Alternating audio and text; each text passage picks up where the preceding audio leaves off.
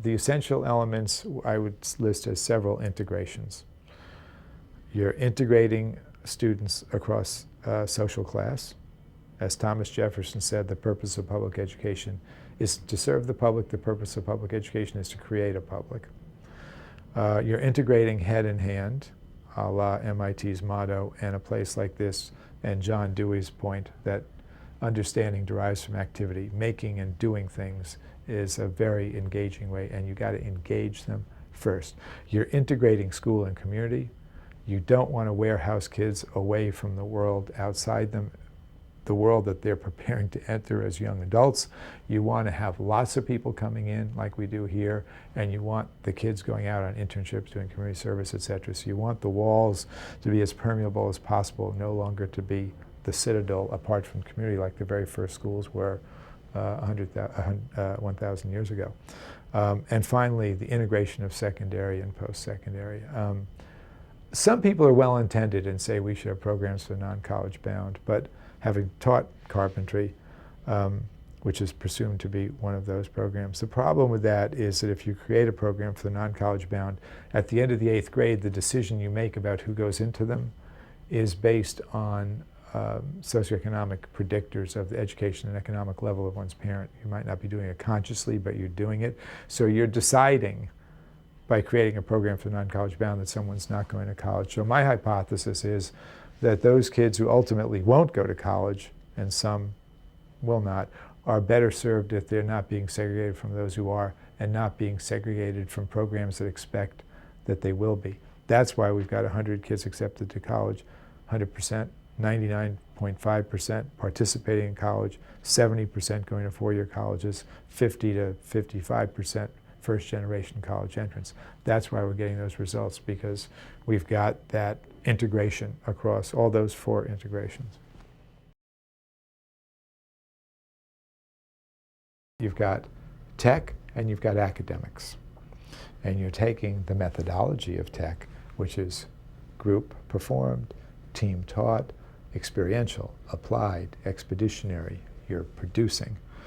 And the content of academics, literacy, numeracy, humanitas, all the things that kids need to know, and you're trying to wed the pedagogy of tech, not the content, with the content of academics. That's really the purpose of sort of restructuring and getting schools like this. That's MIT.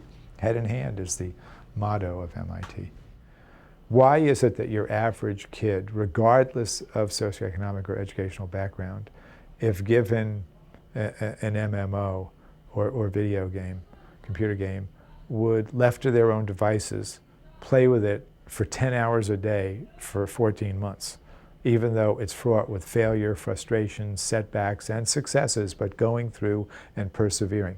And some of us think, isn't there something that we can take from that pedagogically, if we were to change the nature of the transaction?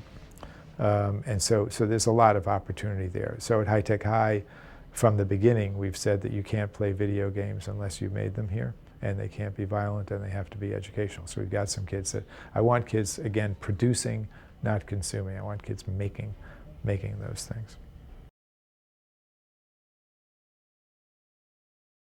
So here we have fewer blocks of time, and we integrate art into physics and into biology by having kids publish books, by having kids create documentary films, instead of saying, well, every 45 minutes you're going to jump up and run around. So there's time to do things seriously. The other thing is by having small teaching teams of a teacher, one teaches math science, the other one teaches humanities combined, that the two of us together have 50 kids in a 7-period day. I teach 6 out of 7. I got 28 kids in class. I'm teaching 180, 190 kids at one time as opposed to 50. Tremendous benefit to that. If you want to integrate pedagogy of technology with the content of academics, and have kids be producing things and be doing it in an interdisciplinary fashion, teachers need to meet with each other. If you go into a school that says they're doing that, and I have visited schools in 38 states, everyone says they're doing it, and then you say, well, do your teachers meet with each other? They say no. I said, oh, well, got a plane to catch. So we knew that we needed to build that in. So in my school back east, we had a group of kids that met, teachers that met first period, and a group that met fourth period in a 7-period day. Teachers who met fourth period randomly assigned to first or fourth over 3 years. The ones who met fourth period talked about what Billy just did wrong. And the ones who met first period were able to talk about 3 years from now. It's just something about human nature. And so here, when we built High Tech High, we said, we're going to have people meet every morning of the year in different teams. So on Friday, everyone in the whole school meets. On Wednesday, they look at student work.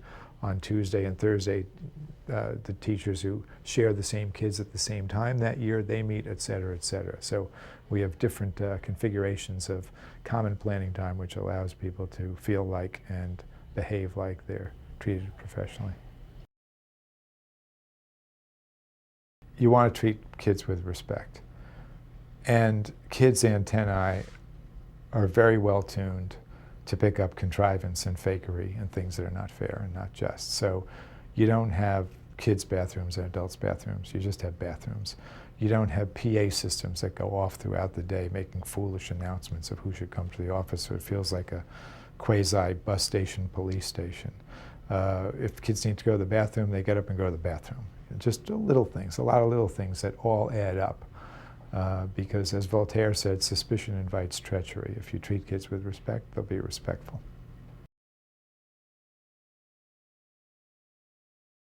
A lot of people say, well, they come here and say, well, we can't do this because we don't have the computers, or we can't do this because of this, or we can't do this because of that. And I think that actually you can. And we did this exercise yesterday, and I'll sort of a gift to whoever might be listening to this, called the Most Memorable Learning Experience exercise. It's simple.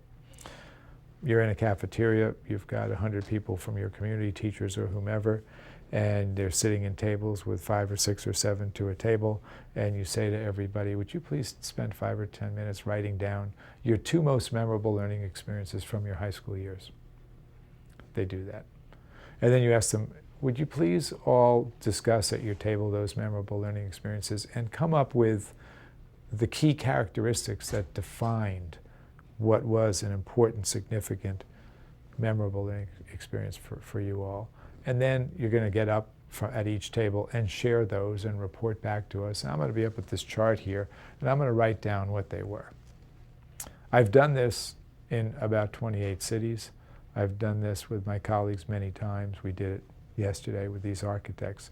I could, several pages back on that flip chart, I've been tempted sometimes to write down, like a card trick person, what they were going to say, because I know what they're going to say. What they say is, it was a project, it involved community, it had fear of failure, it had recognition of success, it had a mentor, it had a public display of work, it had all of the things that that High Tech High is based on. It had all of the things that I'm talking about. So then you respectfully ask a group of teachers, really respectfully say, well, this was not externally imposed on you. The midwifery that we just did was about your own most memorable learning experiences. How does this comport with the way you teach? And if it doesn't comport with the way you teach, what can we then do to get you teaching the way that you yourself learned? Again, it wasn't imposed on you. This came from within you. That's a great place to start with communities. It's a great place to start with teachers. I think that what we're doing is really obvious. For more information on what works in public education, go to edutopia.org.